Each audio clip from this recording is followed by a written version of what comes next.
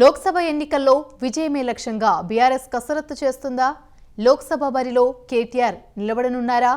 ఇప్పటికే లోక్సభ నియోజకవర్గాల వారీగా సమీక్షలు నిర్వహిస్తున్నారా?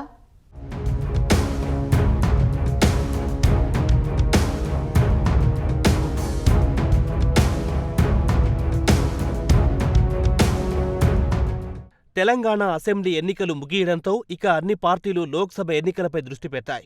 జాతీయ పార్టీలైన కాంగ్రెస్, బీజేపీలు ఇప్పటికే కమిటీలను ఏర్పాటు చేసి ఇన్ఛార్జీలను నియమించాయి. తమది జాతీయ పార్టీ అని చెప్పుకున్న ప్రాంతీయ పార్టీ బీఆర్ఎస్ మొన్నటి అసెంబ్లీ ఎన్నికల్లో ఘోరంగా దెబ్బతింది. 10 ఏళ్లు అధికారంలో ఉన్న బీఆర్ఎస్ తీవ్రమైన ప్రజా వ్యతిరేకతను మూటగట్టుకుందని, దీంతో ప్రతిపక్షానికి పరిమితమైంది. దాని ప్రభావం ఎన్నికల్లో స్పష్టంగా కనిపించిందని విశ్లేషకులంటున్నారు. కాగా తెలంగాణలో కాంగ్రెస్ ప్రభుత్వం ఏర్పాటు చేసింది. ఇక లోక్సభ ఎన్నికల్లో అలాంటి పరిస్థితి ఎదురుకాకుండా బీఆర్ఎస్ వర్కింగ్ ప్రెసిడెంట్ కసరత్తు చేస్తున్నట్లు వార్తలొస్తున్నాయి.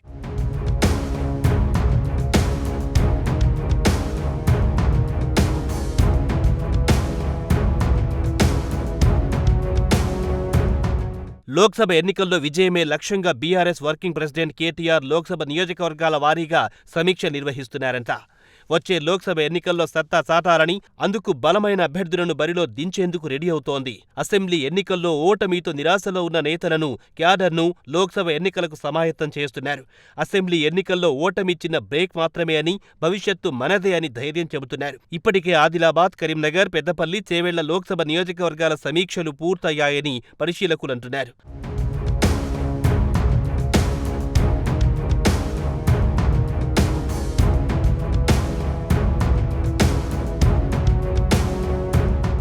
అయితే ఈ క్రమంలో ఈసారి బీఆర్ఎస్ వర్కింగ్ ప్రెసిడెంట్ను కూడా లోక్సభ బరిలో నిలపాలని పార్టీ భావిస్తున్నట్లు తెలుస్తోంది.